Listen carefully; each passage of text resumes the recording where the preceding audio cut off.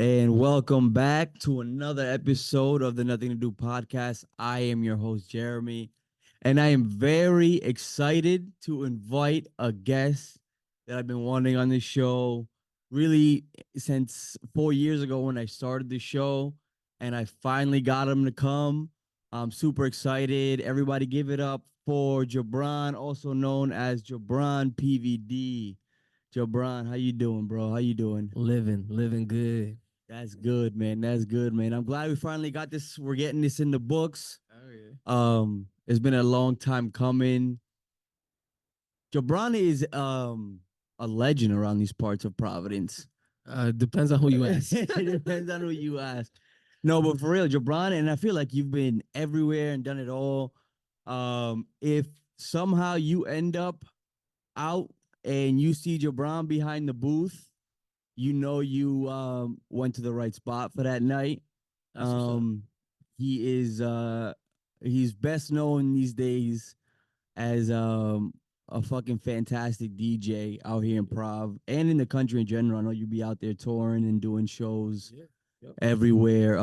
What got you into DJing? I know you've modeled. I know you've worked with music. You've done a bunch of different stuff. So what got you into like DJing specifically? The short story is that my homeboy Beato, shout out to my boy Beato, great DJ as well. He and I worked together in Boston, and he would always just kind of like tap on my shoulder and be like, "You should learn. You should learn. You should learn. You should learn. You got great taste in music." And you know, he was always encouraging me. And one day we went into his mom's basement and, hey, yo, chill. With his DJ The setup first and AO of the show. with his DJ setup set up down there. And, I had, before that, for years, I was telling him that, I just like to stay in my lane. I was appreciative of the place that I was in when he was telling me these things. I was just, my life was already moving. So it's like to divert, to try to learn something new at the time Yeah. was, and I never had a dream of being a DJ at all, Right. just being in the music industry. I love DJs for like what they did and how we interacted. Because at the time I was hosting, you know what I mean? Yeah, yeah, yeah. So I was plenty happy just being a host, music guy, industry guy kind of Yeah. thing. I was very happy being there, but he let me come in, he taught me, and I just got hooked. I couldn't stop Yeah. thinking about it after that. And luckily I have a lot of good friends who helped, Yeah, and man. one thing came to another, and I couldn't put it down after that. Yeah, yeah, Definitely. yeah.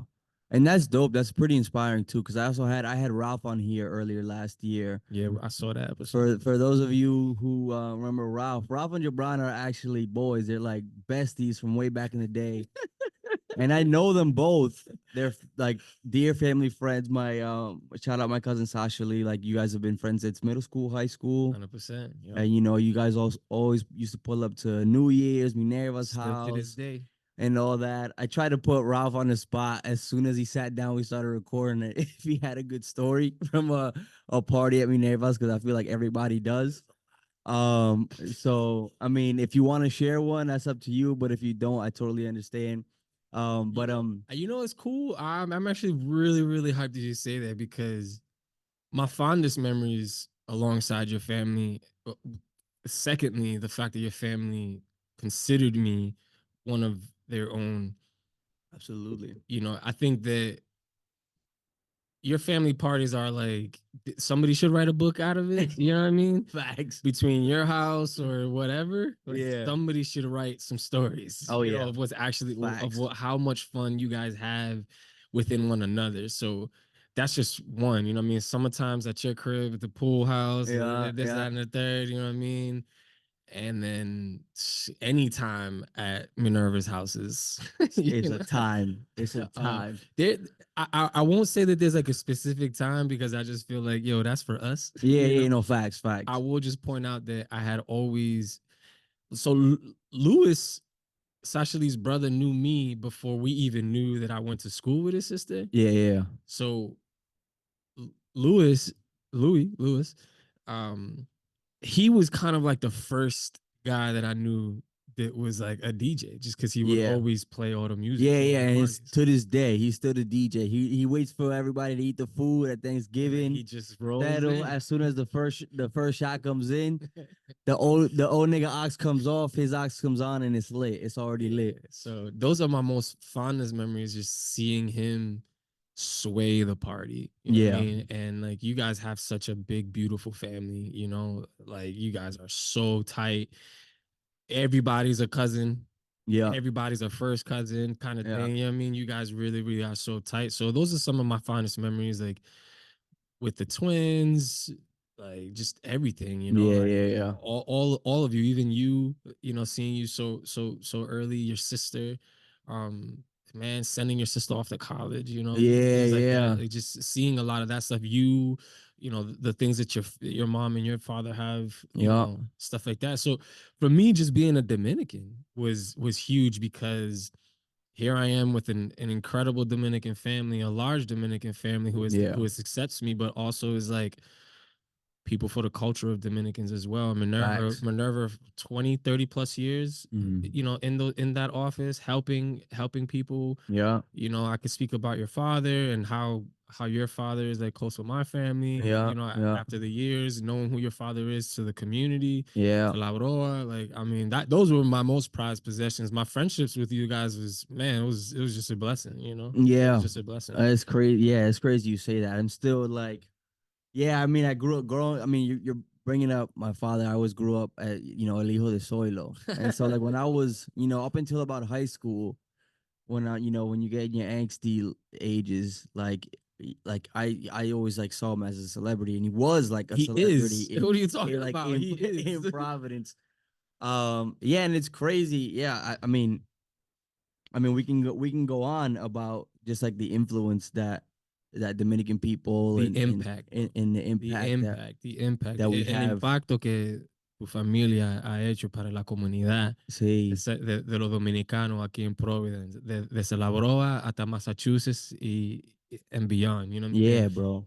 Esa tocadera, esa música, ese poder, ese radio, esa voz, Yeah, eso cambió todo, you know what I mean? Like, yeah, yo, we had something to say, and it was, you know, people yeah. like in your family who was able to construct that.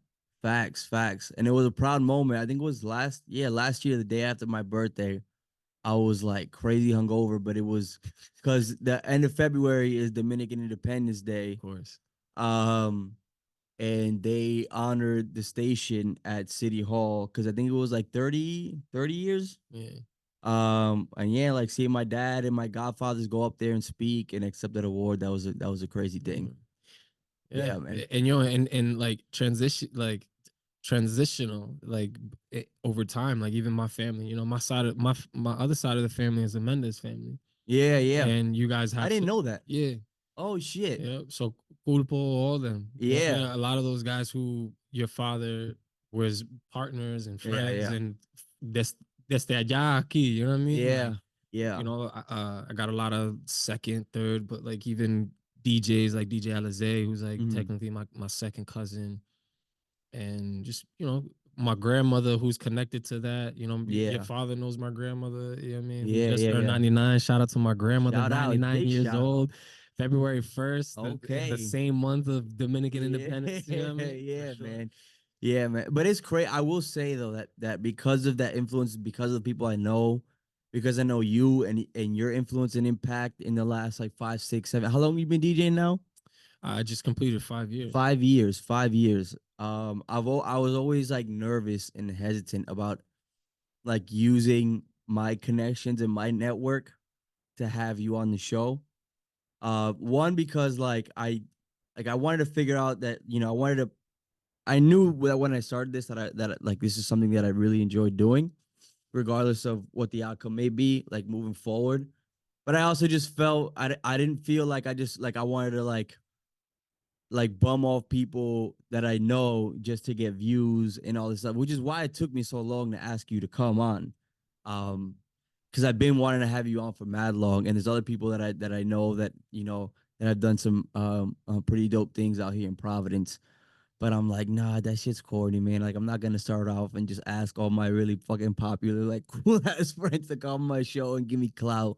But it happened, and I'm glad, and I'm fucking glad you're here. You know, Um, I'll just say that, I feel like timing is always important, yeah, and don't stress yourself too much.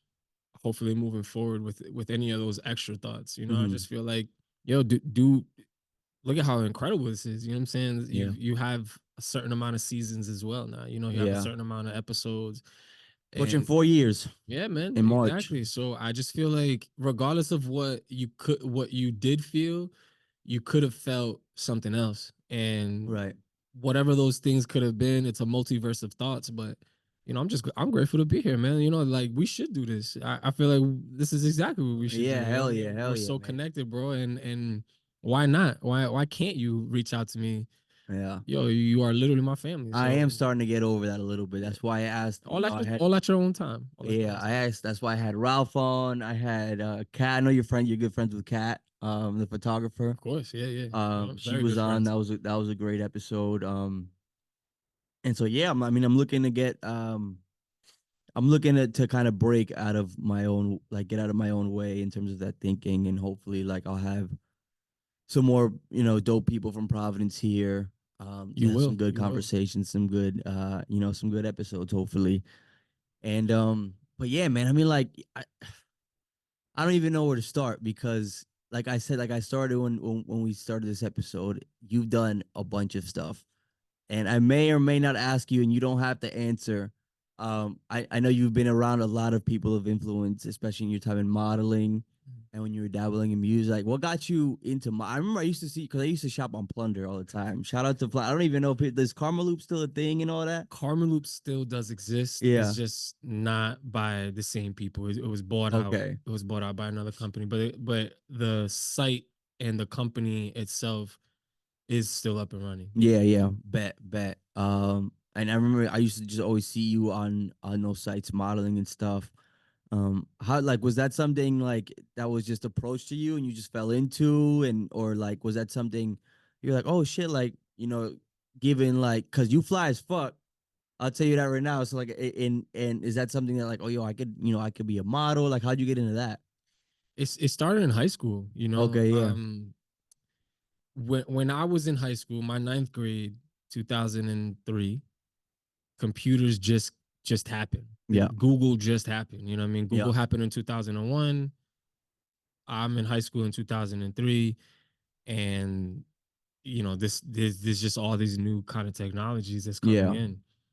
What happened was that um by the time I was in the 10th grade, you know, so I mean, so like in school, you people tend to like you if you're a good person. So Yeah, I'm of hoping that course. that's really my story, is that my story is that from middle school to high school and beyond, I've always had a close knit of friends Uh-huh. who I never did wrong, and like stayed close, and like grew as my individual person. So from middle school, I always kind of knew something that was attractive about me, Mm-hmm. physically. But by high school, obviously I'm growing into myself. So by 10th grade, I link up with like my mentor through this program called Crusaders, which is called something else now. Yeah. But it was this company called Crusaders, and I was with them since forever. But nonetheless, one of them hosted shows around the city, and he just asked me, "Hey man, come, we need some bodies. Like Yeah. we're gonna Yeah. put some clothes on you." I'm 16 at that point, 16, 15. And the very first show, it's like, you invite all your friends over. And luckily I did. I had a lot of friends that came through for me, and I did well that first night. I'll never forget it. It was at the Black Rep. Shout out to Don King. Yeah. And from there, it was like I got back. I was feeling the hype. It was a weekend. I'm a 16-year-old. I'm out late. I'm Mm-hmm. hanging out with adults. Yeah. Yada yada yada. Adults are telling me that I did a good job. I had Hell curly yeah. hair. I was just like the typical light skinned boy. Yeah. You know what I mean? He's curly. Yo, facts. You pull up. You pull up with a fro. I mean, like, are these white people telling you like, No, no, no. This is our okay, community. bet, Hell no. I was because at Black Repertory. You gotta know. yeah, You remember Aurora? You remember Aurora? is that where like Stay Silent used to be in. yeah, well, I wasn't I was still in New York when State Started first started. So by the time or where it is now, that was Aurora on North Main. No, Aurora's right down on Westminster.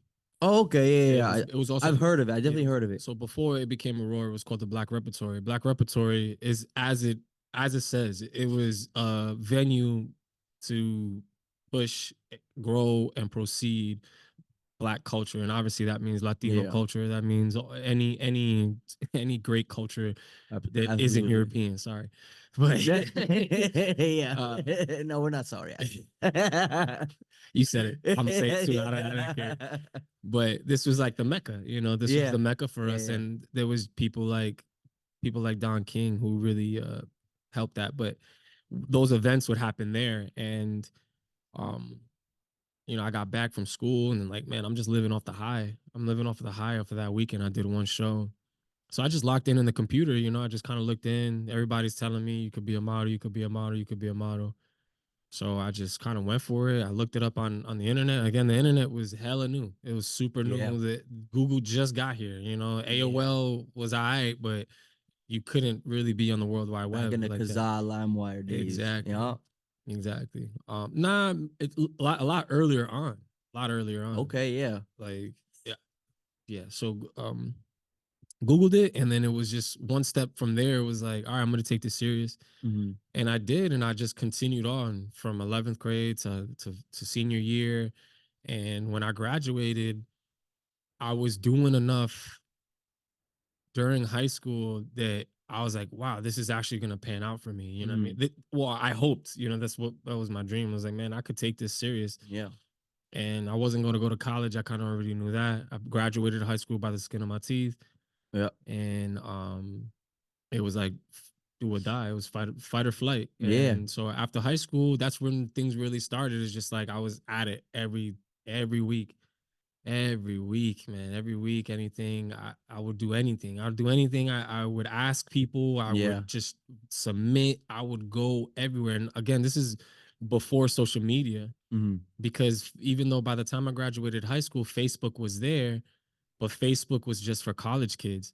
So it's not like I had access to that. Yeah, we had MySpace, but by that time, MySpace was dwindling, and I didn't really have any pathways. So all of my pathways were pretty much the shit that we was doing as I was growing up, which was like going to the light poles, going to the telephone poles, finding out, taking the little paper stickers, finding out, what is going on in the city. It was very different when I was growing up because we didn't have social media. We had the radio, and then we had light poles on Thayer Street or light poles around Broad Street or downtown, you know what I'm saying, where you could go to and take a ticket, see whose events is popping, see Yeah. what people are doing, see what the colleges are looking for.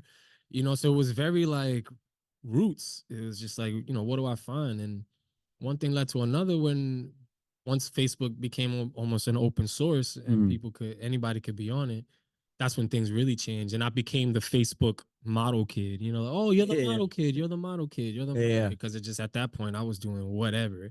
Facts. Like you put an octopus on my body, like you Yeah. put me in big hair, you put me in women's clothing. It didn't matter. Whatever I thought I knew what fashion was at the time, which I felt like I did. I had a great pulse at that point of what fashion was. Yeah. I wanted to be a part of it in the city. And one thing led to another, and it skyrocketed me. I would be at J Woo. People would know me from J Woo. People would know me from URI, Rick, Brown, RISD, any Mm-hmm. college in Rhode Island that had a fashion show. I was in it. I was Bet. 100% in it. That's dope. And real side note, shout out to you for being the professional that you are. Because I had to let you carry the conversation for like 5 minutes while I change the fucking lighting, work with natural lighting here. That's what we And do. yeah, and yeah, you gotta be flexible. But that's dope. And like I commend that grind, especially like when like when you're leaning on something and maybe that's not how you feel about it, like looking back on it now, but maybe in the moment, at least from what it sounded like it felt like, all right, I got to commit to this because I don't really feel like I have anything else at the moment. 100%. And that's I feel that's a really scary thing, and that's something I will say that's one thing I don't feel about this show is like, I mean that's why I'm getting like my degree in education because like I can't, like I just can't, I don't got the balls to fucking to commit to this, and it either I do this or it's nothing. You know what I'm saying? So I really like that's dope, and I think I talked about that even with Ralph. Like, I mean, his situation was a little different, but like he picked up photography probably around the time you picked up, maybe not, maybe even It was almost sooner. simultaneously. Yeah, No, it was almost simultaneously. Me yeah, and him and like picked he's up. doing great Yeah, things too, and like and 100%. you know he had that same mindset, which Yeah, I love. when you know, yo, this is also incredible for me to have this conversation with you because your cousin Sasha Lee is a big part of my success. Hmm. And she knows it just as much as I do. It's not like it's not something I haven't said I think before. Ralph said the same thing too. Oh He yeah, was, yeah, yeah, yeah. Because by the time I was like 19, 20, she was in New York, and that's where I needed to be. yeah, I needed to be out there, and your cousin for 4 years straight of her college career, and even after that, yeah, we were both looking to be in this fashion industry. Her with fashion merchandising and everything that she went to study for, marketing, social media. We were we were doing that. You know what I mean? yeah. And I wouldn't, just to backtrack a little bit, there's no difference between me and you. Is that, like, I can't stress that enough. Like, there is no difference between me and you, especially in today's time when you can pick up an iPad Yeah, and do this anywhere. This is, your equipment pieces are really cool stuff, but you can micro, I can do this on my phone. you can do Yeah, this on your I can phone. do this on my phone. Yeah, Yeah. absolutely. So in my time, I could not, Right, but the only differences between us is the equipment, right. right? So I want to always encourage anybody that there is no differences between you, Jay-Z, Beyonce, or whomever it is that you look for. The only difference is the money and the time spent. You Mm, know what I mean? I just started at the age of 16. That's it. That's it. That's the only difference, and that's not even a difference because the point is just that I started, right? That's really what absolutely, it is. absolutely. I started and I just stuck to it. Little do you know, I had 3 jobs while I was still trying to be a model. You know what Mm. I mean? I'm working 3 jobs. That's another thing about me, is that I just like to work. I don't care what it is. I just like to work, my hands, my Yeah, mind. You know what I mean? I'm gonna work. You put me in the field, whether I know it or not, I'm gonna learn it. So I just hope to encourage you to know that, like, you can be in education and still do this. This yeah, is yours. This is, education is yours. You know what I yeah. mean? Well, I don't know about that. I mean, I get pretty wild on this show sometimes, and that's my biggest fear. It's like no person Yeah, I listening to mean, well, this. that's about the third. You know? That's about the third time I've heard you say the word fear, and that's the Yeah, only thing that holds you back. yeah, absolutely, So absolutely. you can either let that weigh you down, or you can bet on yourself. I mean, I just in my head, I'm just like on a collision course. It's just like I'm just gonna keep doing what I'm doing, and we'll see. We'll see what pops off first. You know what I'm saying? Like, I want to encourage you. yeah, I yeah, hear you. yeah, I hear you, and you're instilled. I hear the values in the mm, words the values that was instilled in you through your lineage and your family and the yeah, people that love you. But remember that those values are still concrete no matter what path you take. yeah. They're concrete because they're the things that they're the things that light your way. They're not what create your journey. You know what I Right. mean? They're only the light bulbs that help you stay in line. And I'm not trying to get too metaphorical, but like, that that constant negative, and thinking that, like, it's not possible, or like I have to do this one thing before I do this other thing. Those Hmm. things are of the past. Yeah. You don't have to think like that no more. You can have a multiverse of a world of your own life Mm. and do the things that you want to do. You got 3 cameras set up in front of me right now. You know what I mean? Yeah. Yeah. With 2 cameras and an incredible board. You know what I mean? Like, Yeah. you're only looking at it because you're thinking about the amount of effort that needs to go into it. But if you turn your effort into your reasoning, then that's pretty important. You know Yeah. what I mean? You can't just keep telling yourself that you have to have a different path in order to do something. You're doing it right now and you're still in education. So what do you, Yeah. you're doing it. You're Yeah. already doing it right now. This is what we're doing. So Yeah. I just highly encourage you to stop that mindset And because I appreciate that. this Yeah. is it. I mean, you're gonna put this on YouTube and you're gonna monetize it. Yeah. So Yeah. like whether you're getting pennies to the year Yeah. or you end up like Kai Sinet and you're getting Yeah. thousands to the day, like it's the only difference is the amount of time. It's nothing else. This is it. This is your effort. Yeah, man. I appreciate that. Fuck that extra shit. Fuck that extra shit. Do you have like a specific moment when you started modeling or even when you started DJing where like you whether it was a gig you got or you feel like I'm fucking here, like this is like where you were so present in that moment because it was so much bigger than what you've already been doing to get up to that moment. Do you have one in mind? Yeah. I have plenty moments of that. I think that the best thing that I could say is that I'm always present, and I think You're right. that's Yeah. what gets me going is because I'm never thinking too far in the future, and I'm never thinking about my past. Yeah. You know, so I've just had moments that I knew I was going to achieve. So they're not necessarily career moments, they're Mm, just the steps that I took in order to get to some sort of space. Going to New York was huge. sure. Yeah, I mean, my first time in New York because of modeling, because my reasonings of modeling, not that I had any opportunities, but yo, the very first day of me going to New York, I was fucking just scared. You know what I mean? I was so scared. I had never left Rhode Island at that point. I mean, maybe to Boston, but like that's not leaving Rhode Island to me. Yeah. So that's a moment for me. My first step of saying, yes, modeling is what I want to do, and I want to do this every day. Yeah. Me saying, yo, I gotta drive to New York, or I gotta take a train, I gotta take a bus to New York. I gotta save $30 for that ticket to get to New York. I have to have enough money in my pocket in order to Mm. eat, like where am I gonna stay, kind of things. Like I'm dead broke, but you know how to. That's a moment for me. That's like my biggest moment in my mind of like, man, I arrived, I got here, and this shit was not as scary as I thought. Yeah. My first time figuring out the train station because of Sasha Lee. I mean, the trains because of Sasha Lee was like a major moment when I didn't need to Yeah. text her every single minute and be like, Yeah. yo, I'm lost, Yeah. I'm lost, I'm lost. I don't know where to go. Once I realized that it was just up and down, you know, it was like that's a moment. Then yeah, I have like career moments for sure, but career moments to me are like a part of the plan. They're not Yeah. necessarily the things that excite me, I guess. You know, Yeah.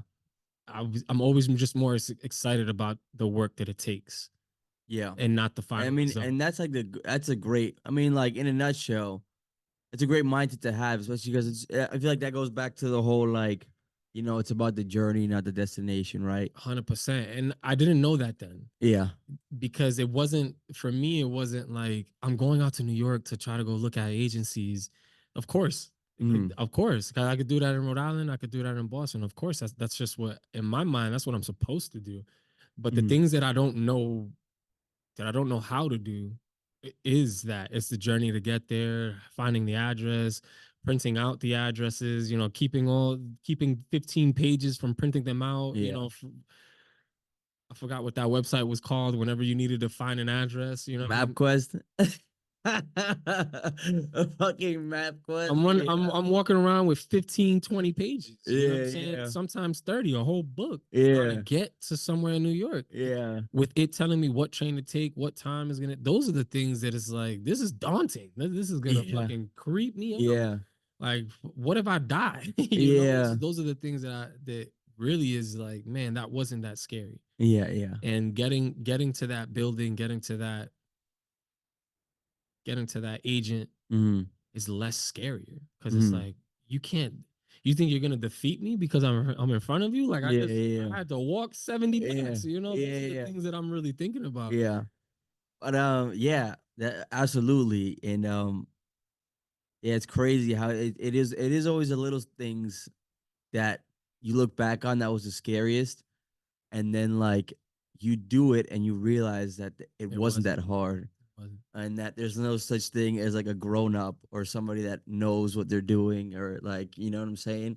But like eventually you did get to a point where you're in a room with pretty influential people. Mm-hmm. And how was that like for you? And like I don't know if you have any like moments that stand out. And obviously you don't have to drop any names. I know when I was younger, there's a specific person who's pretty fucking big still to this day, that you've worked with on some level and you've never wanted to talk about it, which is honestly very, it's what's the word? It's obviously modest, but it's like very humble of you, because it's just like, and I think to a degree I understand why you wouldn't, because like you don't want to maybe come off a certain way, like, you know, name dropping people and trying to like bring this clout upon yourself. At least that's the way I thought.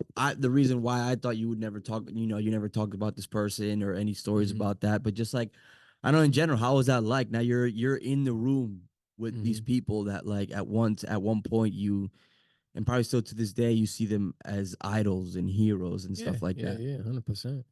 You know, the conversation about me and working for Kanye is Okay, he said it. He said I didn't have to say it.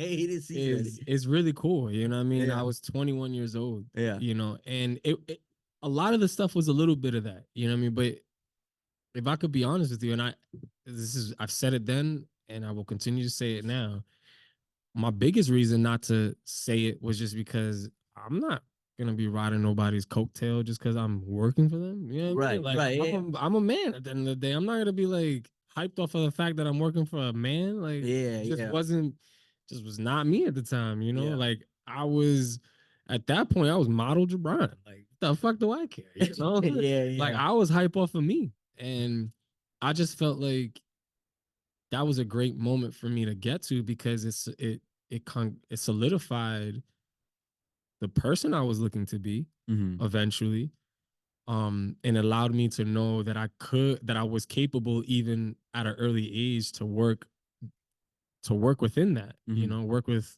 anybody who's influential and be and like contribute, Yeah. you know, because that's what I wanted to do when I was early. I never knew that I could work for somebody like that. Somebody gave me an opportunity, Mm-hmm.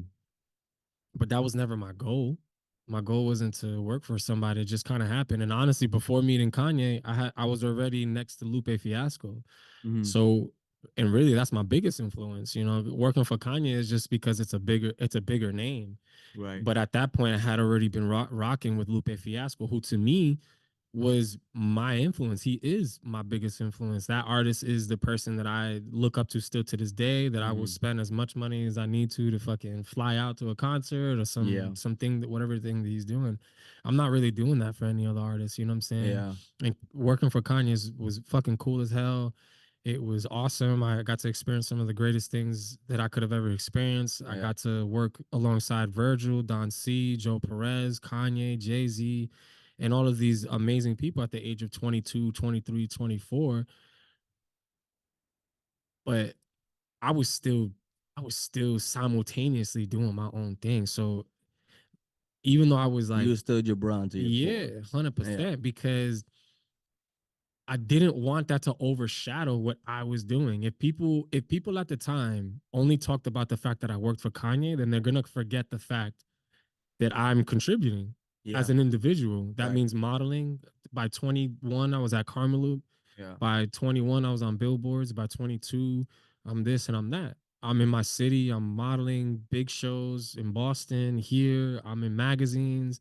I'm doing commercials for Converse. I'm doing commercials for Nike. I'm doing commercials for this, that, and the third. And that was important to me because if I kept saying for that amount of time, for those 4 years, 4 years that I was working for Kanye, then that would completely overshadow Yeah. the conversation about me. I was just working. I was working for Yeah. my mom's house, you know, and Yeah. I'm on a laptop that he bought me. That was it. But Yeah. you know, and I was on 24-hour call. Yeah. We worked on the blog. That was my job. and I had a lot of great successes along with that. You know what I mean? Yeah. I really, really got to see some cultural shifts, and those things are beautiful. But my story was still much more important to me because I'm Dominican, Mm-hmm. single mother. I need to tell that story. You know what I mean? The fact that my grandmother's still here 99 years later, those were the things that were more important to Beautiful me, thing. very, very Yes. much more important to me. Like those were my biggest accolades, is that, like, even though I was in that, and thankfully someone like you can speak to that, because Mm-hmm. I was only around you guys during that time. I was Yeah. only around you. Like, I was only around y'all. You know what I mean? Yeah. If I Yeah. was really coming back, or after doing something, no matter what it was, whether it was with him or some or stuff with Carmloop, or just modeling in general, I was Mm-hmm. coming back to Minerva's crib. I was coming back to Sasha's crib. Yeah. I was coming back to go see Chubbs. Yeah. You know what I mean? Yeah. Yeah. That's what kept me going. And mind you, I'm still partying with y'all. I tell I'm you, at bro. y'all crib. Minerva's feeding me. Like, Sasha Yeah. Lee and us, we're hanging out till 4 or 5 a.m. in the morning, Yeah. chilling, being kids. And that was more important to me. I never wanted my career to overshadow the fact that I just wanted to be with my friends. Yeah. And that stuff gained me money. And that's all it was to me. I was just trying to get a check, be cool, Yeah. and that was it. By the time that I was, like, even starting to talk about the fact that I worked for Kanye, it was Yeah. already done. You Yeah. know what I'm Yeah. saying? Right. Right. I had already All right. left. Yeah. Well, yeah, I got let go, so that was it. But Yeah. And now you're doing the Super Bowl halftime show. That's crazy. yeah, Yeah. me and Usher. Yeah. Um, no, that's an incredible, like, that's incredible mindset to have. Like, I mean, that's always a thought that crosses my mind. And like, people ask you how you would react if you get to a certain stage, and I always say I don't know. Um, and then there's the whole thing of, like, does power change you or money change you, or does it, like, really amplify who you really are? It's all of it. And yeah, I mean, I do think there's people. People stick to the claim of, that it amplifies who you really are, but I don't think you can get to a certain level and achieve whatever you achieve without evolving somehow. And Um, I think that you're doing yourself a disservice if you don't. right, absolutely, absolutely. Um, but um, but yeah, I mean, I don't. Yeah, I just don't think it's not. It's something I think about. I try not to dwell on it too much. And I've talked about this so much on this show. Like, I talk about this show and my influence and inspiration on the show on this show. So I know, everybody listening right now is like, all right, Jeremy, we heard it a million times, but it's always, you fucking. I'm just gonna. I always just keep saying it because it's just always on my mind when I'm recording. So it's just like, fuck that. you know. Um, I do have some questions for you, ready. I don't know if I want to get into them just yet. I had, like, this. I always do, and it's always when I'm like, especially when I'm, like, fucked up. Like, whenever I feel like I have something good to flesh out on the show, like, topic wise or anything, I just write the notes down on my phone. And I was partying super hard like 2 weekends ago. It was my friend's bachelor party, and I wrote some stuff down, and he was playing the Beatles, and I'm like thinking to myself, I'm like, I don't care for the Beatles. Do you care for the Beatles? Hell You yes. listen to the Beatles? Hell yes. And I understand that. And this isn't me saying, um like, fuck the Beatles, that they suck. Like, I 100% understand the influence that they've had in their genre of music and in music in general. Obviously, like, Abbey Road is, like, and what, the White Album, like, some of the greatest music of all time. That stuff.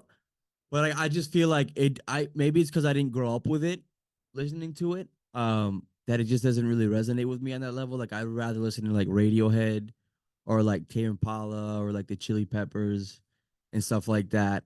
And then I was like, I don't know what do you like, my analogy of the Beatles, because I feel like this is happening a lot now. There's like a big generational shift in how we consume culture, how we take in culture, and like what we're exposed to now, what music is now, what film is now, TV, etc., etc.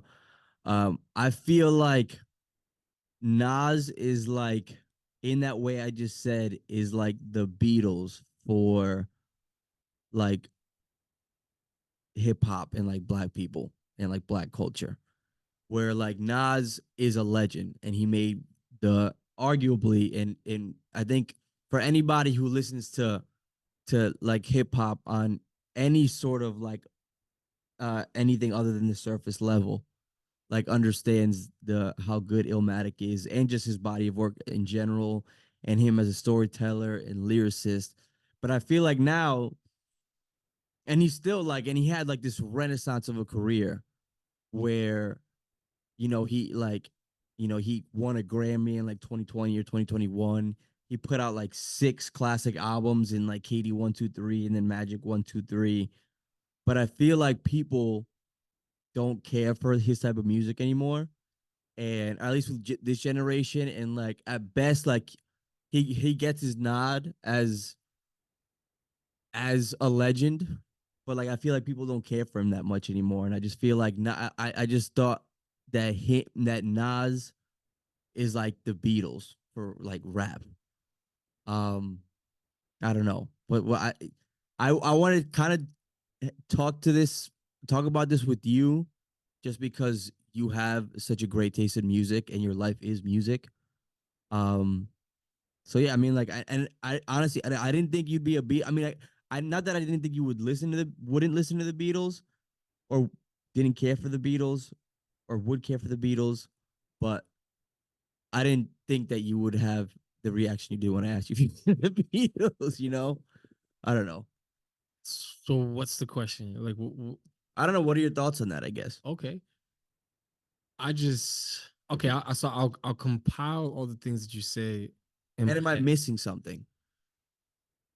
I don't think you're missing anything at all, because I think that what's important is that that body of music transcends you. So Yeah. regardless of what you may or may not understand, the Beatles, you're still influenced by, whether you know that you're influenced by them or not. That's how like tremendous their music is. Yeah. I think that the juxtaposition that you're saying between them and Nas is a good one. I think Yeah. that you bringing them up is a great one, even though one was a band and the other is just one singular rap artist. Mm-hmm. They have a lot in common Mm-hmm. with the sort of impact that they had for their people. Now, I can't remember if the Beatles are from, yeah, they're They're from the from London UK. or the Yeah, UK. from the Yeah. UK.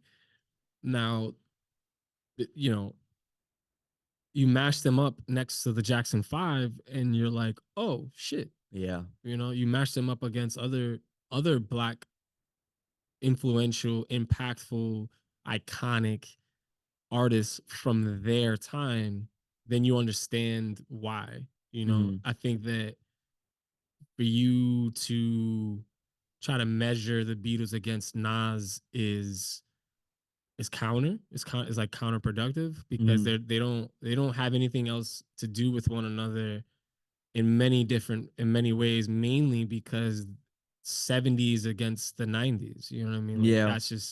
it's just different. Yeah, I think And I what was more approaching it as a like as the yeah, perception that they get from I'll finish the fans. thought. Yeah, yeah, Yeah, it's yeah, my thought is gonna be a lot of that. yeah, But my thought is it's just that the Beatles were from just a different era. You yeah, know what I mean? It's hard for me to see those two things together, because Nas was a different from a different era and a different kind of time in American society. mm-hmm. Nas, the best things that they have of each other is that they were both fighting the system that Yeah, they came from. You hear the music that the Beatles makes, and it was very hippie, anti-war, anti this, no oppression, and a lot of it was trippy music, a lot of it was psychedelics, a lot of it was yep, sexual, a lot of it was everything that rappers do. So when it comes to content, yeah, they're speaking a lot about the same things. There's no difference between Nas and ACDC either. They're all speaking about the same shit. Right. Fuck the government. Let's go have a party. Let's go fuck some bitches. Yeah. Let's go do drugs. Like Yeah. really, music is all talking about the same thing. So they have a lot in common Yeah. for that. Now, what it means to us is very different Yeah. because of the times and where we come from. But Sure. I think that it's also an understatement and not a correct value to say that Nas isn't as appreciated today, like the same way that he was appreciated for Illmatic, because it's not the same. Mm-hmm. It's, if anything, it's a stark contrast of this. Now, Nas is Illmatic. It took, that in that time, music wasn't being consumed the way that it's being consumed now. Yeah. Some iconic albums that we all love took 2 years for people to love it. Why? Because they're digesting it differently. Mm-hmm. So you have to take in all those factors. You can't just say, "Well, I love this," and then now this is happening, and but like there's a pathway there. There's a lot of different things. When we're talking about music history, music theory, and beyond, then there's a lot of interconnecting things, and then there's a lot of like separate pathways that these artists had. Nas from Illmatic to K, to his KD to Magic series, that was a very stark difference of a man. Yeah. Also, he was a 17, Yeah. 18-year-old boy, making street poetry, Yeah. trying to change Queens for the better, and who he is today as a grown man, while also simultaneously being a part of the growth of hip hop, which means that he contributed to the growth. He worked the growth, all that. He bred artists, he grew artists. More famous artists came from his teachings, guys like Logic, yada yada yada, so many. I just don't think that it's a correct statement to make to say that people don't love that kind of music when J. Cole is the greatest artist of all time of this generation. Yeah. And what music is he making? He's making Nas, Rakim music. You know what I mean? He is following those steps. So I just think it's like not correct, especially that he just won a Grammy, like you said, especially that he's I mean, but fuck the Grammys. But yeah, continue. I'm not the guy that's gonna say fuck the Grammys. Yeah. Okay. Why To a not? certain extent, because it still matters, and that's why we fight it. If it didn't matter, we wouldn't fight it. So I think that fuck the Grammys it only makes us feel good for the moment, but it's not a true statement. Right. It's only fuck the Grammys because they continuously snub, they continue yada yada yada. Yeah, I mean, like, but that's my point. It's like, and we get, it does matter. It matters for what you're trying to do with your music and how people consume your music, and even just like money wise, what it can do for you, like fame wise, money wise. But it's like we just go. It's like the same thing with whether it's like the Academy Awards, Golden, whatever, all these like prestigious award shows. It's the same cycle every year. It doesn't matter to me. Where I think that that's a. I'm sorry to cut you off, but like that's such a dense thing to have to think about when it comes to the biggest prestigious award ceremonies that we have here in America. Yeah. When other countries do not have what we have, and then on top of that are looking to mimic this systemical thing for themselves. Okay. That's it's like it's a farce. It's a farce thing to say that the Grammys or any of these academies don't matter. That is just a personal feeling of yours, and that's a personal feeling for most people, just to be able to have a really cool, funny conversation with their friends and saying "fuck it." But what are you really saying? You're not saying anything. You know what I'm saying? What are we really trying to change? That's the conversation that's why we're mad, because we're looking to change something. So it's not enough for a guy like me who's been in the music industry, record labels, and all this other shit to just say fuck it. It's not enough. When you hear Drake say fuck it, and you say it because Drake said it, you're not seeing it at the same position that Drake is seeing. You're just saying it because he said it. But Drake is saying it because it does matter to him. That's why they boycott it. Jay-Z Yeah. boycotted it. Kanye boycotted it. Taylor Swift might. Yeah, all this other shit.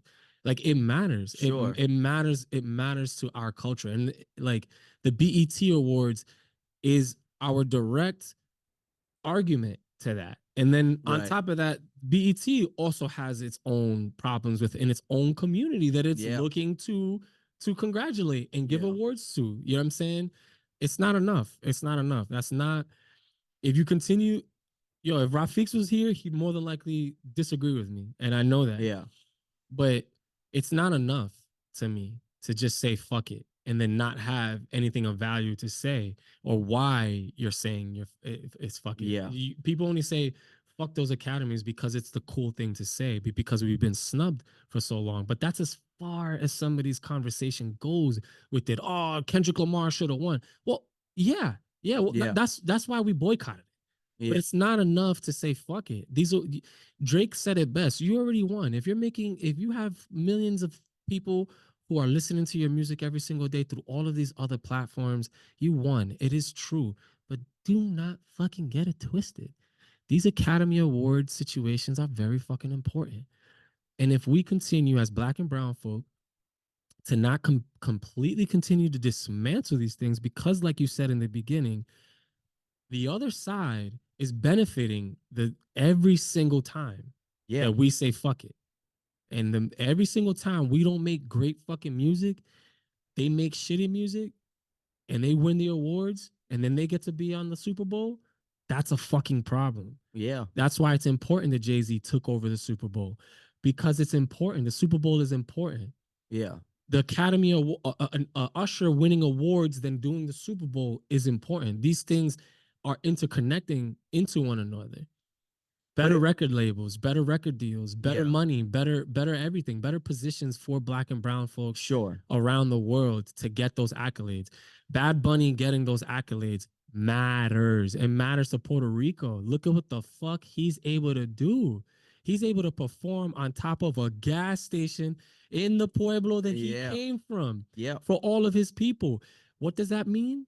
What does that mean? He won an award and he went immediately to go do that. Why? Because his money got fucking longer Yeah. and he was able to say, $100,000 is a drop in a bucket now. Yeah. It's a fucking penny in a bucket to me. So that means that $100,000 that I get 200, 500, half a mil that I get to distribute to my people in my pueblo to help the businesses, put the police, put the security, put the food, put the trucks, fly the shit in, fly that in. So Mhm. now people are completely changing the economy of the places they come from. Right. So we have got to stop saying that these Academy awards don't But matter. I've always recognized that they matter on that level, and I know what you just said, and I recognize the influence that it has. That for when artists that we feel like deserve should win, what it can do for them on an A inter grand on a scale. grand scale, international, right? What is annoying to me at this point is that we've been through this cycle for so long, and like this cycle of like we get our hopes up, and then like, and it's like it's because it's happening, and it almost seems like it's on purpose. Like we have this conversation, like whoever Most wins of the it, award wins the award, right? most of it is. What's up? What? Most of it is on purpose. Right, exactly, right. And they throw it in our face, and maybe they'll like throw us a bone just enough to keep us on the hook, right? But then we're just in this constant cycle of just being upset and outraged, right, about what happened and how, how the people that control this industry, how they move, and they continuously disrespect us, right, as a culture. And then so it's just like sometimes I say fuck the Grammys, and just like I just don't like, it just doesn't seem like an efficient or productive way Impossible. to spend your energy being Impossible. upset, about it. You know what I'm saying? Impossible. Impossible. That's the wrong way to look at it. It's absolutely the wrong way to look at it, in my opinion. It's impossible. It just because we're frustrated doesn't give us it's not a good reason to just say, I'm just not gonna do it. If you don't have a car and you hate the transit system Uh-huh. in your city, are you not gonna take? Are you gonna walk? No, You're gonna take that fucking bus. I am. Yeah, So you have to be able to say, these are the things that are in front of me. How can I change them? sure. Right? It's not, the system is there and you're not going to break it. You can scream at the TV all you want, but that's not efficient. Yeah, but we're not. But now we're in an age where, granted that allure of these awards, they're still very much present. But now we're in an age where people could, like, you don't have to rely on the industry as much as you used to, People right? think. What? People think. Well, okay, I can't argue with you there because you definitely know more about the industry on It's on not that about level. it's not about what I know. It's just it's a system that you cannot dismantle. Is it less is it less of a place that people need? Yes. But do people still need it? Yes. Yeah. So I don't care. It's like an argument that I have with Raphael all the time. We live in a world where we are argumentative about the things that we hate before we ever look to change it. How do we change things? How do we change things? Right? That Yeah. is the only question that we have. Okay, If but you did just, if correct me if I'm wrong, but you just said that it's something that we can't dismantle, right? you cannot dismantle We it. can't dismantle it, but I feel like the artists, especially within the last 10 years, have shown what they can do without the help of the industry on that level. Really? Yes. What are those things that these artists, and name one artist who is Nipsey. doing Nipsey. Nipsey's Nipsey. one. Yeah. Nipsey still needed a distribution deal. Sure. So Absolutely. what are you saying? Absolutely. But if we're talking about these award shows though, He didn't survive long enough. yeah, he didn't. He And he didn't. still got enough accolades from the album that he dropped that he could have. Sure. So it's not Chance the Rapper is the best example of it. Before Nipsey Hussle, Chance the Rapper is the best example of it. But guess what? Chance the Rapper still needed Kanye. He still needed Def Jam. He still needed Beyonce. And you could call it whatever you want, but you're gonna cap. You are gonna cap. It does not matter what you think or say. You will cap. One way or another, you're gonna need that system, whether it be the record label or some sort of distribution deal or some sort of negotiation with somebody else who has it bigger than you. This is the argument that Kanye has. This is the argument that Drake has. All of our favorite. These are the arguments that people miss. They think that they know what they're talking about the industry, and they don't. They don't. You don't hear what they're talking about. You only pick, not you. Just speaking in general. No, no, no. Go ahead. Go ahead. I like this. Yeah. I wish I didn't expect it to go this way, but I'm loving it, and I wish I came more prepared because I'm getting bodied. Go ahead. Go ahead. Go ahead. Go ahead. Go ahead. No, this is also at the end of the day. This is just my opinion. There are much more Absolutely. intelligent people who know the numbers, who are accountants, who are marketing strategists, and beyond. Who people who have much better insight from me, and they can also tell me that I'm wrong in a lot of things that I'm saying. I'm just speaking to you about what is actually happening. What is actually happening is that they are being capped. So you get $1 million and then you're stuck in a deal that sucks. That's the issues, is that we're getting fucked. Yeah. Right? That's the biggest problem. What is the biggest conversation piece that artists who try to go to labels do? Why do we say fuck the labels? Why? Because they fuck the artists. Yeah. They fuck the artists. They fuck the fucking artists, man. And please, because that's gonna be major pause moments. I mean, like, edit the fuck out of that. Just gonna I'm gonna finesse the shit out of the social media. They are gonna they fuck the artist. And why do we get angry? Because we love that artist. Yeah. So the artist does, in today's time, takes it upon themselves and then takes social media and does what they're supposed to do. But they're still gonna be capped. Kanye said it. If the most that I can do is make t-shirts, that's a problem. If the most that I can do is rap, that's a problem. Yeah. That's what he's saying. If this is the most that I can get to, and I can never pass that fucking ceiling, when I know that there's another level and that there's levels and levels and levels above that. But if this is all that system allows me to get to, that's a fucking problem for me. Absolutely. If you're also taking major percentages from me, from every single thing I do. Yeah. If you're taking if every word letter that I write, you take dollar amounts from, because a rapper's a, a rapper is getting paid per per fucking song, and Mm. there's legal work within these records that get put out. Mm. So these records are being built after a certain amount of time to be built for that artist to have long-standing money. The record labels are the ones that unfortunately are benefiting the most. Look at what just came out recently with Nate Dogg. Okay. People Well, Nate Dogg just they just came out that Nate Dogg's estate, who, rest in peace, Nate Dogg is dead for anybody that doesn't know. He's from the West Coast, one of the greatest yeah. freaking singers in rap music ever, hip hop ever. Facts.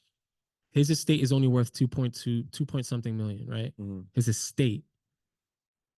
People are like, what do you mean that's all he's worth? People don't understand what that 2.2 million means, and they don't understand how that is breaking down. It's a drop in the bucket. But there's also more to what that estate means. There's more to what that is. The residual work, the legal work, Mm-hmm. the coins that come from this, that's what it's worth now. 2.2, but do you guys know that that's maybe 2.2 a year? Is Yeah. it 2.2 every 6 months? Like, is that just what they're going to get right now? What else does he have that puts more value on it? Did he have any houses afterwards? You know, Yeah. because that's just the state of who he was as Nate Dogg, the business. People don't understand. Drake is a business. Why did Drake buy a plane? Because it was a fucking business move. Mm-hmm. That plane is being paid for through all of the marketing that he does, all of the relationships that he has. Drake is not paying for that out of pocket. Mm-hmm. That plane is a major marketing thing. Yeah, he gets to fucking use it. He owns it, 100% owns it. But I wonder how many different people own it. People don't understand that. Yeah, it's Drake. Maybe he owns the largest percentage of it. But do you really think that Drake at the time could have bought a plane by himself? Right. Do you know how much a plane, a Yeah. Boeing? At, I mean, that's kind of like the whole thing when Jay-Z bought the Nets. he's not buying it by himself. Yeah, and he only had like he It's had like impossible. he had the smallest share of the group But of people. because it Yeah, was but he bought. 15%, Yeah. it makes him a certain kind of owner. Yeah. If he has 25%, it makes him a certain kind of owner. If he had 35, 25, these things matter. These things matter. So these are the things that we're arguing in this industry. So when you say fuck the industry, you better know what the fuck you're talking about.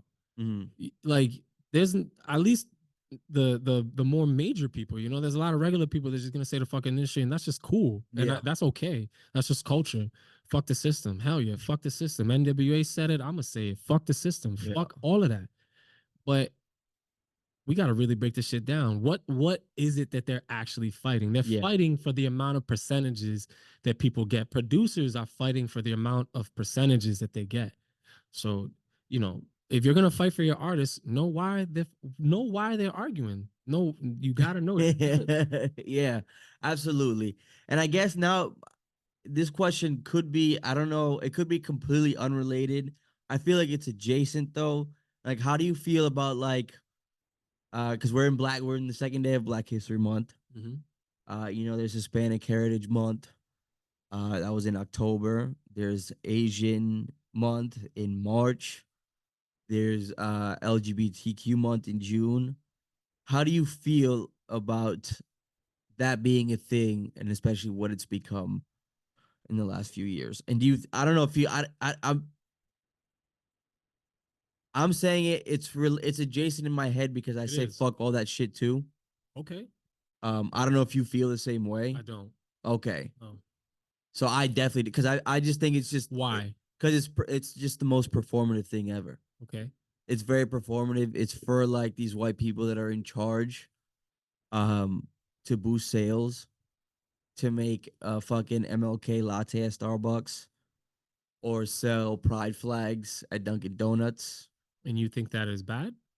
Um, I think it is when you're not fundamentally doing anything to actually fight for any change for that. So then that's like in two parts. Sure. So then you disagree with that in two different I parts disagree with it as of because right it's now. phony. Because I feel like it's phony. The Dominican festival. Mm. Do you think that that's phony? No, but the Dominican festival is like a local thing. You think that we're the only ones having Dominican festival? No, Okay. no. So the Dominican festival, the Dominican festival at its core is a national thing, right? Yeah. For us here in America, people all over America are celebrating that festival in their own way everywhere. Mm-hmm. That there are large amounts of Dominicans, right? Yeah. Do the businesses do the businesses on Broad benefit from that festival? Absolutely. How many of those businesses are not Dominican? Let's Um. just say plenty. Yeah. Let's just Sure. say plenty, right? Because there's a CVS, there's this, there's Chinese food, there's plenty. There's Mm. a lot of sharing going on. So what's the difference between these Yeah, but I think those businesses benefit passively. passively? Passively in the sense that Passively. not passively in the sense that they're not actively like trying to cape uh for for the Dominican festival and all this Yeah, stuff. because It just happens that geographically the festival takes place on Broad Street. yeah, because So there's Crown Fried so Chicken is not saying "Viva lo Dominicano." so yes, exactly. So there's geographically there's these all these businesses on Broad Street and on Elmwood, mm-hmm. and that's where that festival's happening. So because of that, So then they get the residual effects so then of you do having boost so then sales you there. do understand that both are still important because you just proved my point. If they're benefiting from these things and it's almost, how can I paint this picture? If these businesses that don't inherently care about our Dominican culture that still benefit off of the hundreds of barbershops, the great food stores, grocery store shops that are there, the many different businesses that are there. And in our parents' time, it was only Dominicans. Mm-hmm.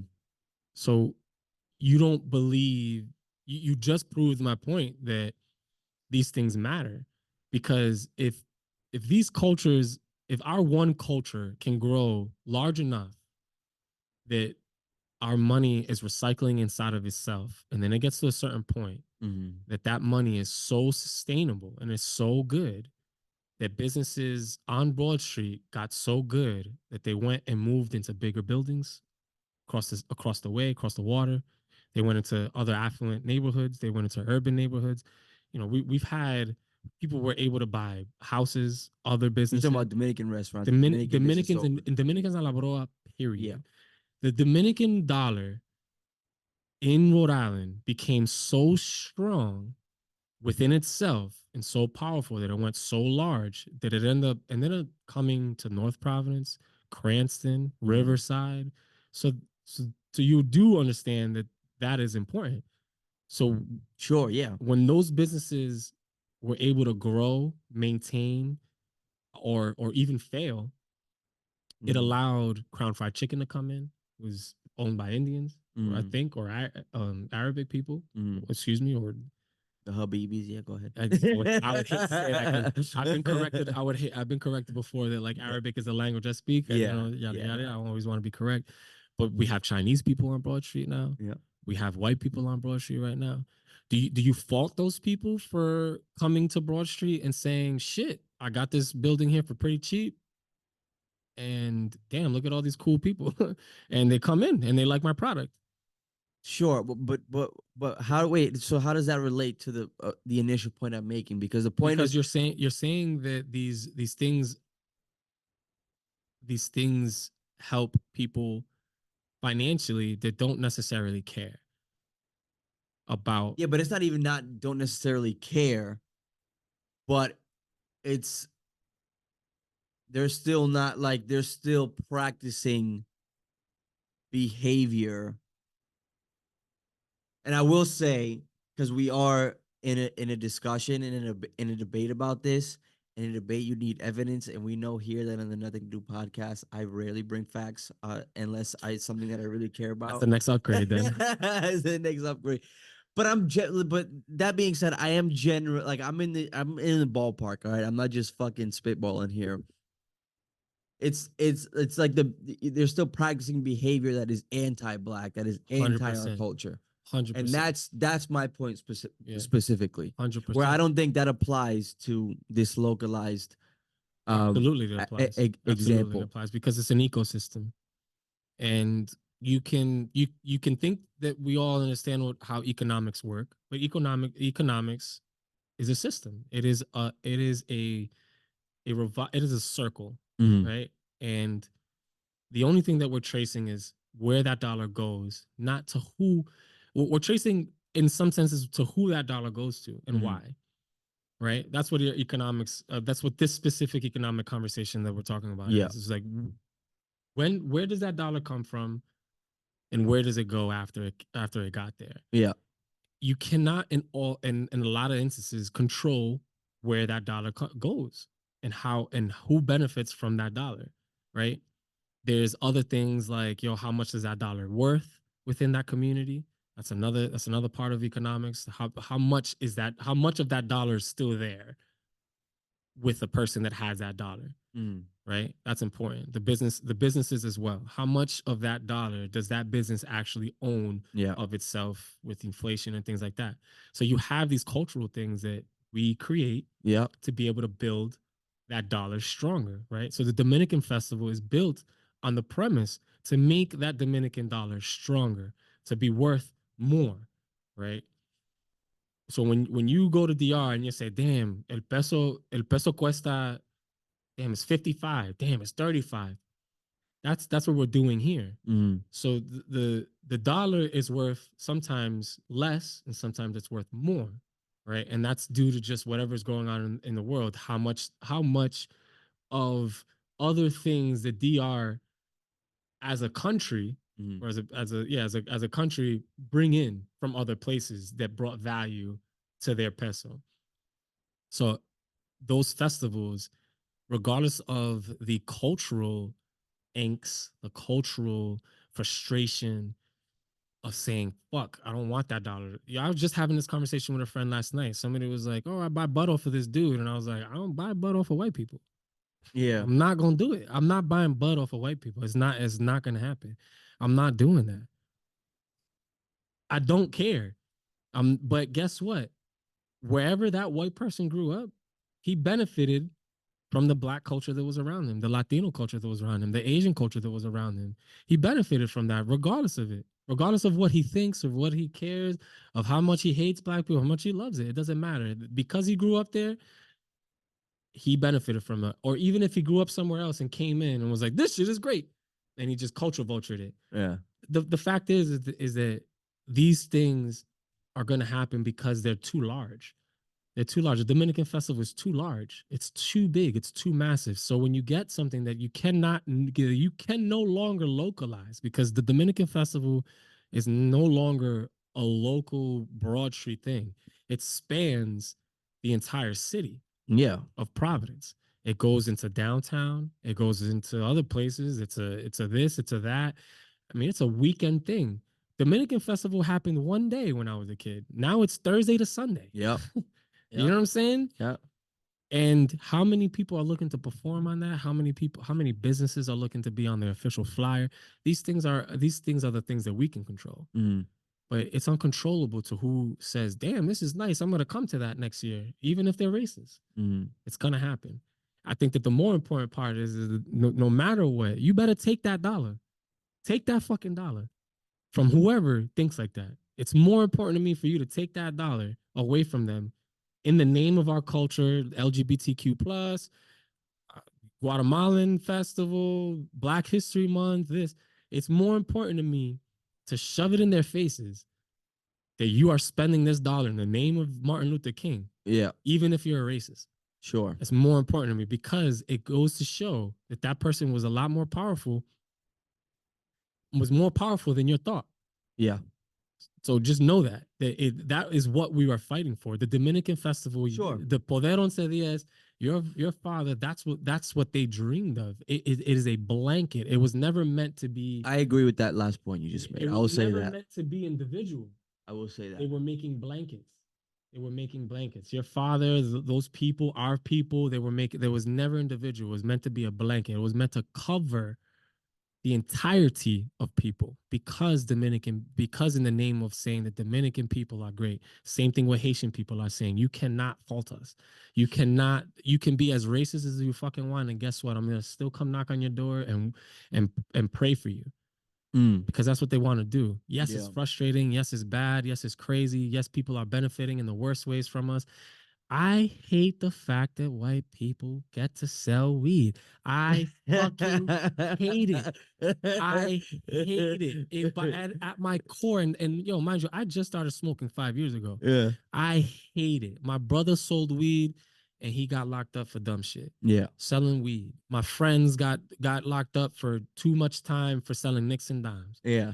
That shit bothers me. And you get to tell you mean to tell me that a person whose generational parents get to benefit off of the enslavement that they did off of my Yeah. people frustrates me. But guess what? Aha, you're so stupid that you have to do it now. You have to do it. You have to get into this business. Yeah. So fuck you.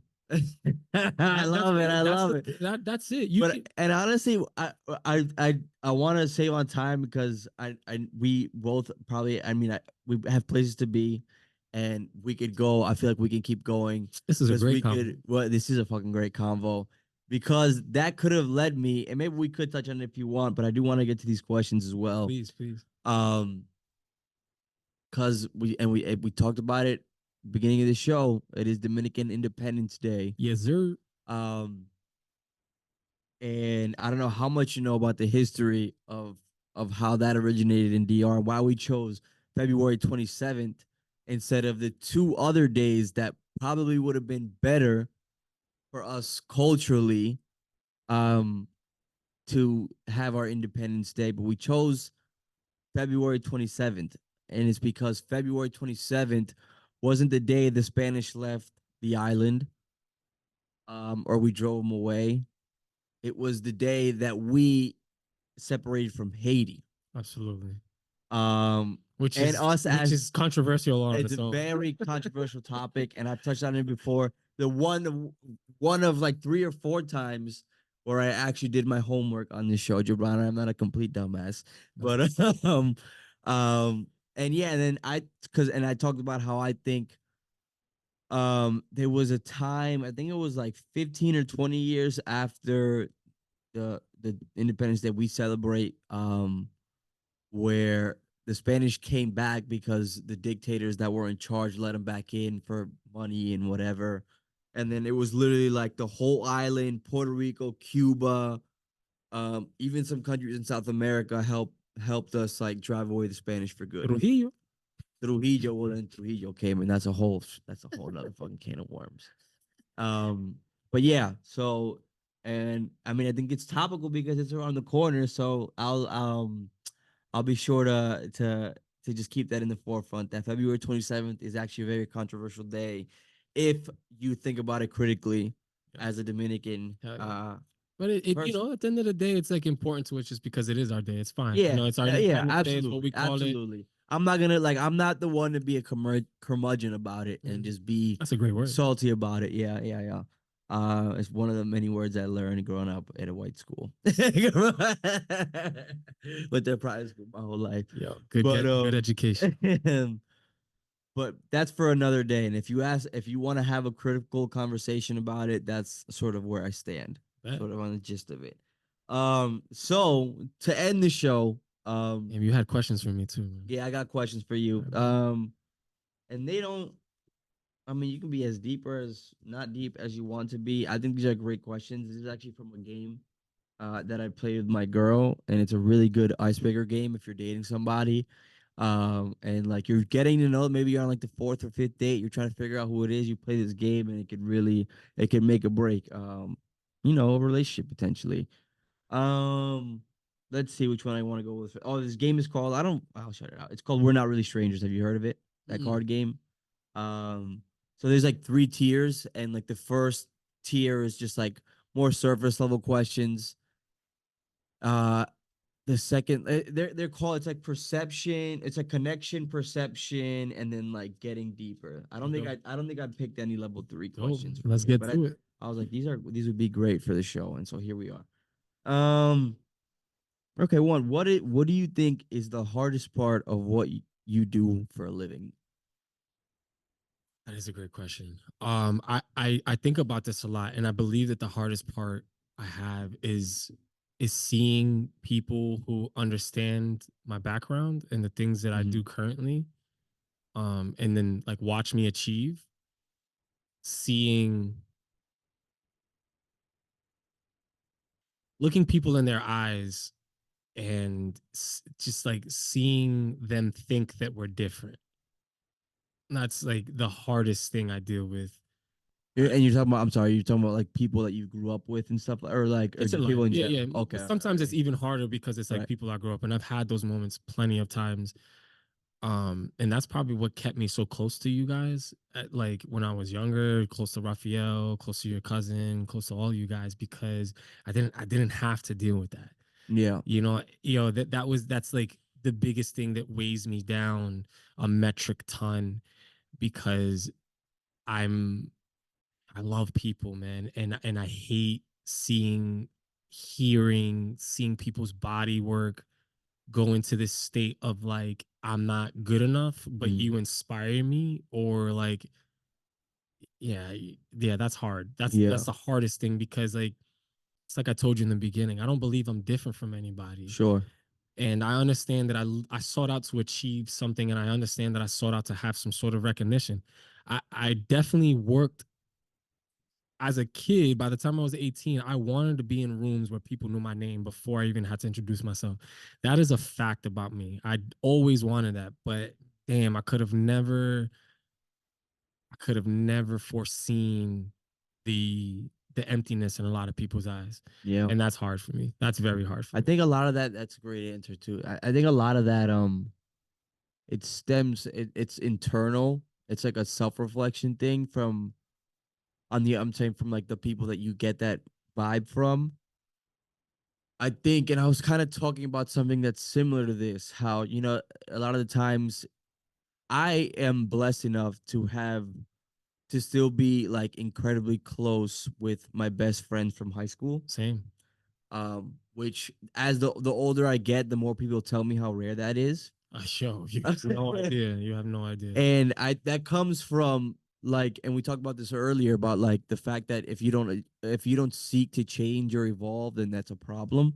You're just gonna stay complacent. And I feel like that's why those relationships end, is because people grow, or people, and then certain people grow and certain people choose to stay in their ways, or to stay in that. And I think a lot of times when you feel that way, it's probably because people look at you and then look at themselves, and then Mm. it's just like, It it's, is. It's a hundred yeah. percent that. A So, 100% that. And that's hard for me. yeah. And early in my career, as a young kid, right? Like I'm just 22, I'm 23, and I had already achieved some really great things. Yeah. Um, and it was like the constant bombardment of like imposter syndrome Yeah. of what I felt so early. And I felt, and I'll leave it here, I felt pissed off that people made me feel like that, Yeah. because I didn't do anything to anybody, you know Yeah. what I Yeah. mean? Yeah. But Yeah. it was just the simple conversations of like, just a lot of the more simpler conversations that weigh a metric ton to me, because it's Yeah. like, man, I never, you just hear people's stories and they're looking to relate to you and they can't.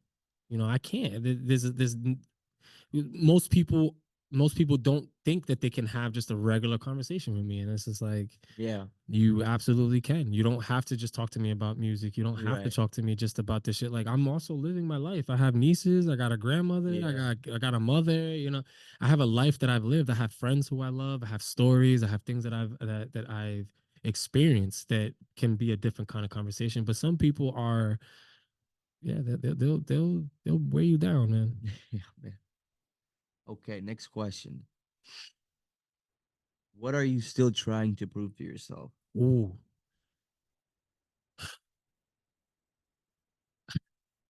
nothing. I don't think I've ever. Okay. I don't think I've ever.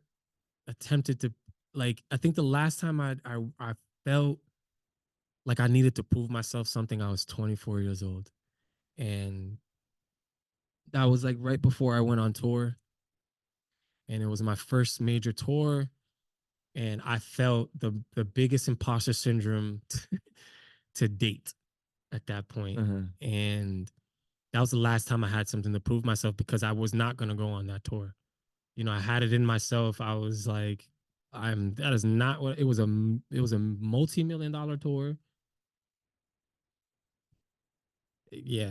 I was like, I can't do this. I was like, I'm gonna fail. I know myself. I'm gonna make a fool of myself.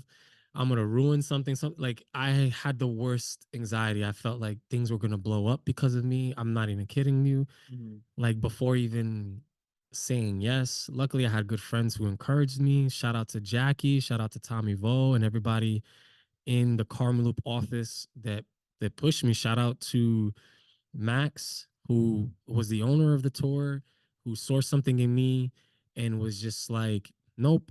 Like, I know for a fact, and mind you, this guy was my age Mm. at the time and still is obviously my age. Yeah. And I just, he gave me 2 weeks to think about it. And after those 2 weeks, I told him to his face, I said, I can't do this for you. I've never hosted on a large scale. You have a multi-million dollar tour, you have investors, and you have this big name artist.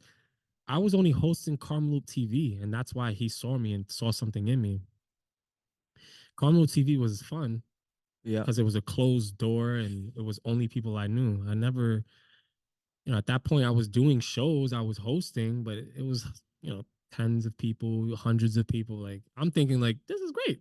This is great. I get to perform in front of hundreds of people. That's not that big of a deal. Yeah. Everybody's naked. No big deal. Yeah.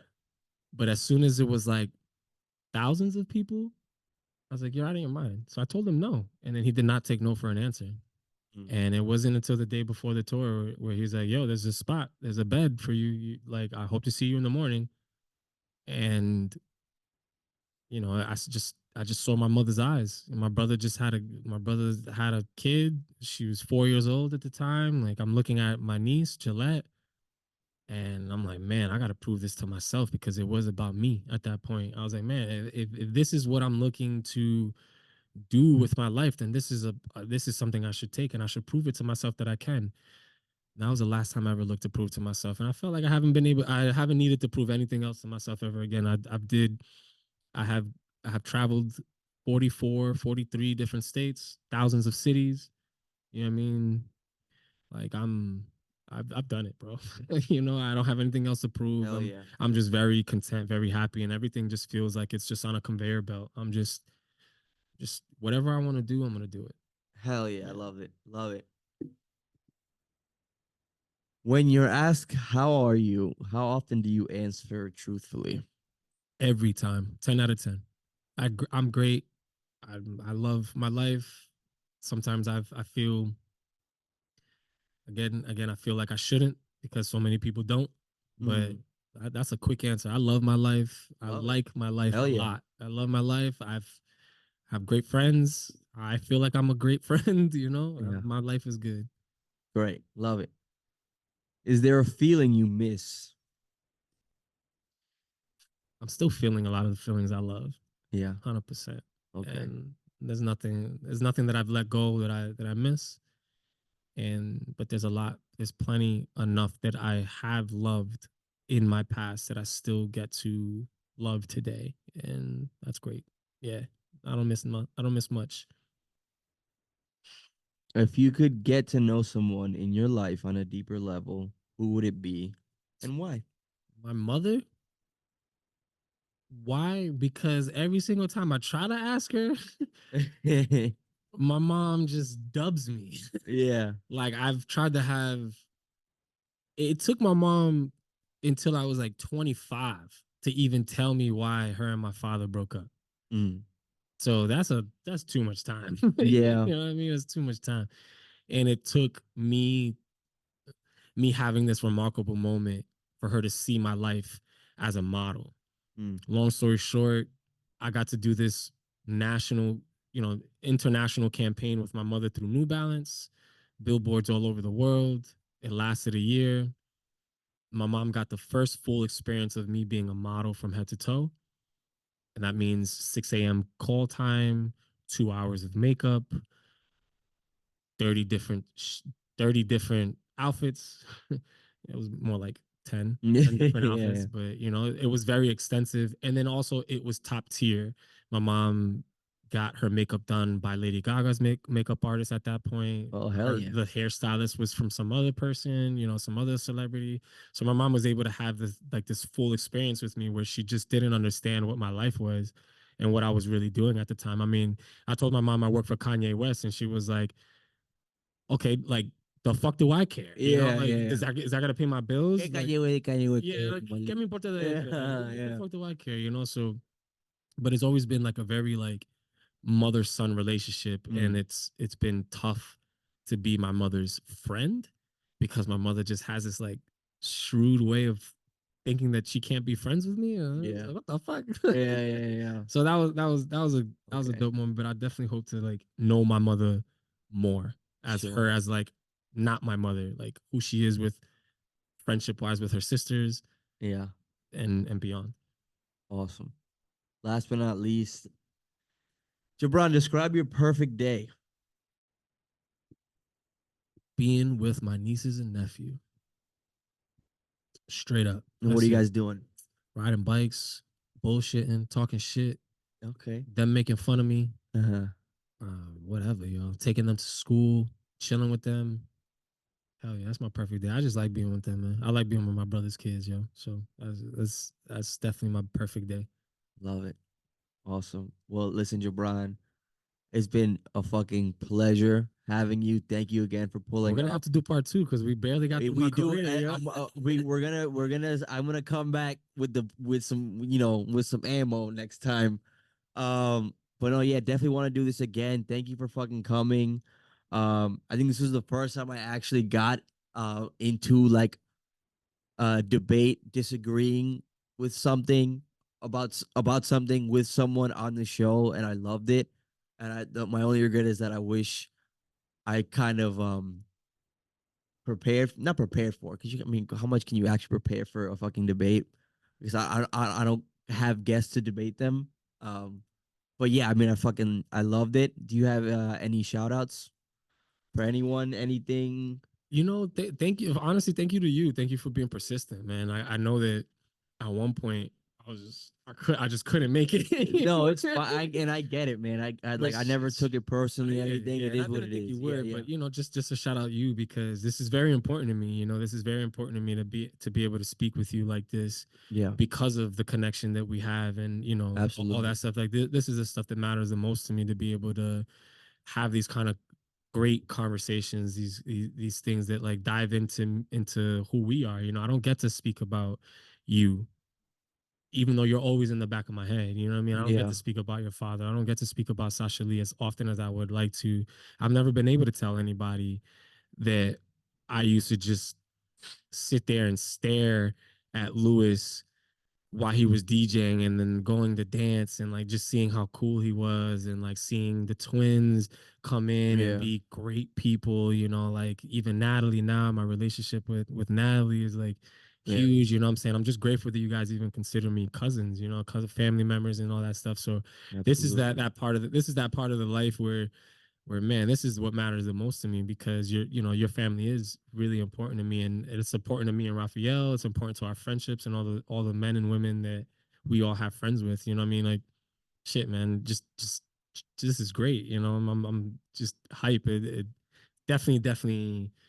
I don't mean to stumble on my words, but it means a lot to me because those are the moments that the questions that you could ask me about my life, about my career, coincide with my life where I couldn't do that. I can't do that in another interview, Yeah. because no one's gonna know who Sasha Lee is if I tell Right, them that. No right. one's gonna Yeah, know.